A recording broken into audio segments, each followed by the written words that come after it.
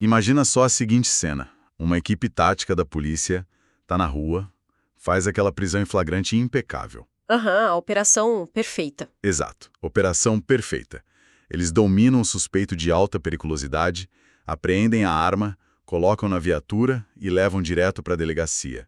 A sociedade respira aliviada, né? Com certeza, o trabalho foi feito. Só que aí, no dia seguinte, por causa de um pequeno detalhe burocrático, é uma simples folha de papel que o condutor da ocorrência esqueceu de preencher no prazo. Nossa, isso dói só de ouvir. Pois é. Resultado: toda a operação vai por água abaixo. O juiz olha aquilo, declara a prisão ilegal e o suspeito volta para as ruas tranquilamente. E não para por aí. Sério? Sim, o próprio policial que arriscou a vida na operação ainda corre o risco de responder por isso. Caramba! A linha entre fazer justiça e cometer um erro grave é literalmente um relógio e um pedaço de papel, então. Bom, sejam bem-vindos a mais uma análise profunda. Hoje a gente vai destrinchar exatamente como evitar que essa tragédia aconteça. Obrigada pelo convite. Eu tô super animada pra gente mergulhar no artigo 5º da Constituição hoje. E olha, para quem tá ouvindo e se preparando para os concursos da área de segurança pública, seja a Polícia Militar, Civil, Penal, Federal ou PRF, esse bate-papo é essencial. É aquele conteúdo que despenca nas provas, né? Despenca e derruba candidato bom. As bancas examinadoras cobram a literalidade dessas regras. Eles focam demais nas garantias processuais e nos direitos do preso. E a nossa missão aqui é garantir que quem está com a gente não caia nessas armadilhas de jeito nenhum. Então, para a gente entender onde a polícia erra na vida real e onde o candidato perde aquele ponto precioso, a gente precisa olhar para a espinha dorsal de qualquer detenção. Perfeito. A gente precisa falar sobre a regra geral da prisão e do flagrante. Qual é o conceito básico que a gente não pode esquecer nunca? A regra de ouro, aquela que tem que estar tatuada na mente, é que ninguém será preso se não em flagrante delito ou por ordem escrita e fundamentada de autoridade judiciária competente. Peraí, então a regra do jogo é sempre a liberdade. Exatamente. A liberdade é a regra, a prisão é a exceção absoluta. Então, tipo, se o policial apenas acha que a pessoa é culpada, mas não pegou no pulo ali no flagrante, nem tem um papel assinado pelo juiz, ele não pode prender. Não pode. O indivíduo continua livre. O Estado tem muito poder, mas a Constituição coloca um freio fortíssimo nisso. E essa ordem do juiz não basta só prenda um fulano, tem que ser escrita e fundamentada. Esse fundamentada é a palavra-chave. O juiz tem que explicar juridicamente o porquê da prisão. Sem isso, a ordem é nula. Entendi. Mas vem cá, não tem nenhuma exceção para isso? Nenhuma brecha na lei? Ah, tem sim, mas são raríssimas.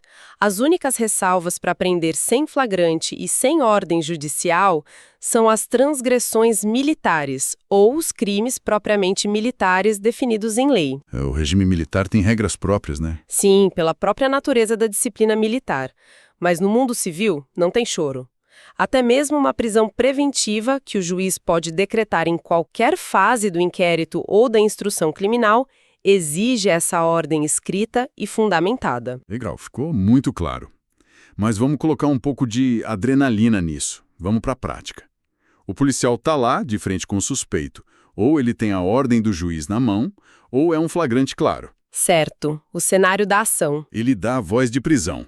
Só que o suspeito decide que não vai se entregar fácil. Tem resistência. Aí o clima esquenta. Pois é.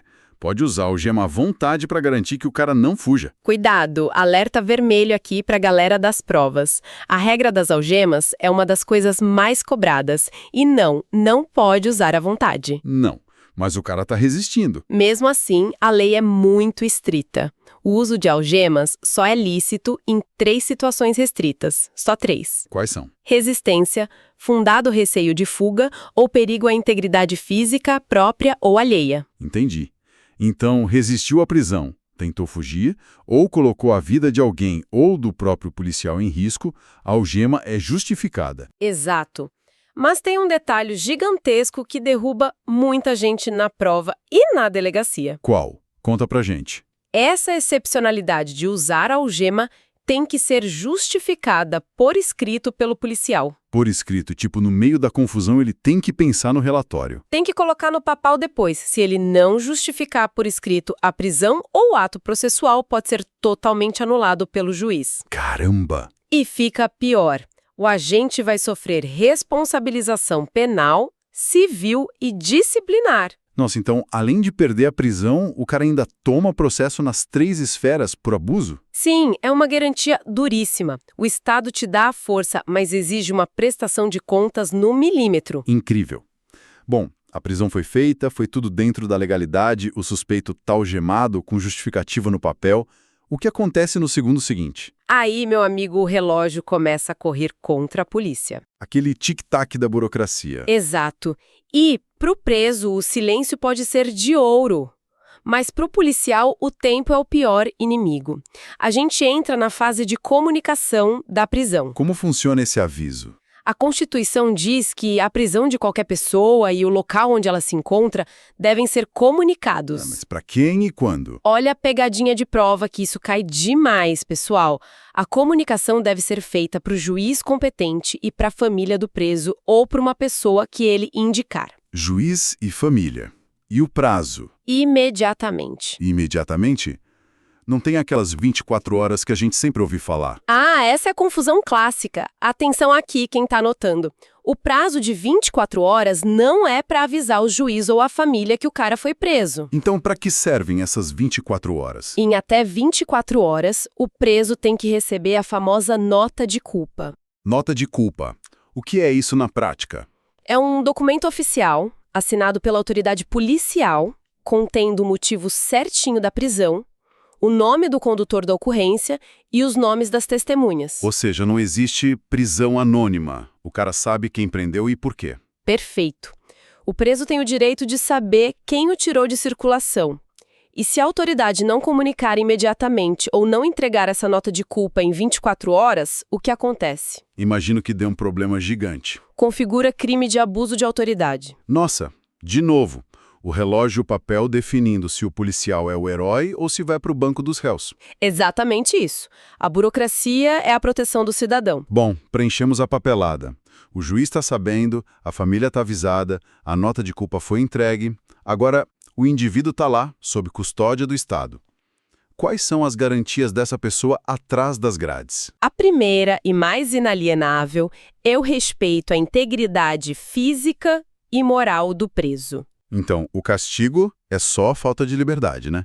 Nada de agressão. Exato. E isso vai além de não bater. Engloba a assistência material básica fornecida pelo Estado. Tipo comida e água. Alimentação, vestuário e instalações higiênicas adequadas. É uma imposição a todas as autoridades. Certo. E sobre onde ele fica? Porque tem gente que acabou de ser presa e gente que já foi condenada a 30 anos. Fica todo mundo junto? De jeito nenhum. A Constituição exige que os presos provisórios, aqueles que ainda estão respondendo ao processo, fiquem separados dos condenados. Faz todo sentido para não misturar as realidades. Agora tem um direito que eu quero muito explorar porque gera polêmica. O direito ao silêncio. Esse é um dos meus favoritos. Cuidado com a pegadinha aqui. Sabe aquela frase popular, quem não deve não teme? Escuto muito. Então, se o cara é inocente, ele não deveria simplesmente abrir a boca e cooperar com a polícia. O fato dele poder ficar calado significa que ele pode se recusar a ajudar na investigação. Totalmente. O preso deve ser informado dos seus direitos, assim que é capturado. E o principal deles é permanecer calado. Isso não prejudica ele na visão do juiz. Não pode prejudicar. Existe um princípio no direito chamado nemo tenetur si detegere. Nome bonito, hein? O que significa na prática? Significa o princípio da não autoincriminação. Ninguém é obrigado a produzir prova contra si mesmo. Então, o Estado que lute para provar a culpa dele. Exatamente. O ônus da prova é do Estado. O acusado não é obrigado a confessar, não é obrigado a fornecer material genético ativamente, sem ordem, nada que o incrimine. E além do silêncio, ele tem direito à assistência da família e de um advogado. Sempre acompanhado. E sobre a identificação? Ah, outro direito que cai muito em prova. O preso tem direito à identificação de quem o prendeu, como a gente falou na nota de culpa, ou de quem o interrogou na delegacia. Ninguém faz nada nas sombras. Entendi. E existem algumas regras bem específicas para grupos vulneráveis também, né? Tipo as mulheres presas. Sim, regras altíssimas de cobrança em concursos. A Constituição assegura às presidiárias condições para que elas possam permanecer com seus filhos durante o período de amamentação. Lógico, a criança não tem culpa de nada, não pode pagar o preço. Perfeito, é a proteção do inocente. E falando em identificação, você lembra do famoso tocar o piano na delegacia? Claro, de sujar os dedos de tinta para tirar as impressões digitais, tirar aquela foto de frente e de perfil, né? Isso mesmo, a identificação criminal. A regra é a seguinte: o indivíduo civilmente identificado... Aquele que apresenta um RG válido, por exemplo. Isso, quem apresenta documento civil válido não será submetido a essa identificação criminal, salvo nas hipóteses previstas em lei. Então mostrou a identidade de forma clara e sem rasura, o Estado não pode obrigar a tirar foto de presa. Exato. E o resumo de tudo isso é que os presos conservam todos os direitos que não foram atingidos pela sentença. Não tem qualquer distinção de natureza racial, social, religiosa ou política na cadeia. Muito bom. A gente viu as regras de como capturar toda a matemática dos prazos burocráticos, o tratamento na cela, mas vamos pensar no cenário geral. O indivíduo foi pego com a arma na mão. Tentou fugir, tem testemunha, foi tudo filmado. Como o Estado enxerga esse cara do ponto de vista da culpa? Como inocente. Inocente. O fato dele estar preso lá na cela não significa que ele é oficialmente um criminoso para o sistema. Não, de forma alguma. E aqui a gente entra num pilar fundamental da nossa Constituição, o princípio da presunção de inocência. Explica melhor como isso funciona, porque pro senso comum é difícil engolir. Toda pessoa acusada de um delito tem o direito de ser presumido inocente até que a sua culpabilidade tenha sido provada de forma definitiva. O texto da Constituição fala algo sobre trânsito em julgado, né? Perfeito. A frase exata é: ninguém será considerado culpado até o trânsito em julgado de sentença penal condenatória. Eu gosto de usar uma analogia de um campeonato de futebol para explicar isso. Manda ver. É tipo assim, imagina que o jogo tá rolando. Não importa se o placar tá 10-0 para o adversário, não importa se o time está sendo massacrado no campo, enquanto o juiz não der o apito final, o jogo não acabou. Exatamente isso. Então, enquanto houver possibilidade de recorrer, de entrar com um recurso num tribunal superior, esse tal de trânsito em julgado não ocorreu. E se não ocorreu, o sujeito não carrega o status definitivo de culpado na ficha dele. Caramba! Mas, peraí. Se ele é presumidamente inocente, como que o Estado justifica manter ele preso meses ou anos antes desse apito final? Excelente pergunta. Aí é que entra a diferença entre prisão como pena e prisão cautelar. Como assim? Impor restrições de liberdade indefinidamente, sem ter um processo legal finalizado, é a mesma coisa que aplicar a pena antecipada. E isso o Brasil não permite. Certo, seria um constrangimento ilegal. Sim, vira constrangimento legal e cabe relaxamento de prisão. A prisão antes do trânsito em julgado só existe para proteger o processo. Ah, tipo se o cara tentar coagir testemunha ou tentar fugir do país? Isso é para garantir que o processo aconteça, não é para punir pelo crime ainda, porque tecnicamente ele não é culpado. Que mudança de perspectiva absurda. Bom, a gente passou por muita coisa densa agora, prazos, garantias, direitos. Vamos dar uma pausa rápida para organizar o HD mental de quem está ouvindo. Bora, é hora de consolidar a matéria. Como a gente faz uma linha do tempo disso tudo que a gente conversou de forma bem resumida? Vamos lá, 5 passos simples para a prova. Passo 1. A prisão só ocorre em flagrante delito ou com ordem escrita e fundamentada do juiz. Perfeito. Liberdade é a regra. Passo 2. Passo 2 é a comunicação.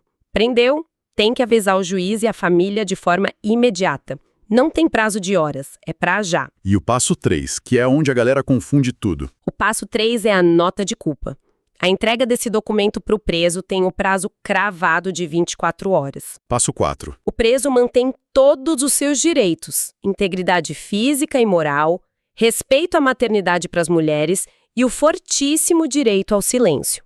E para fechar, o status dele durante tudo isso. Passo 5.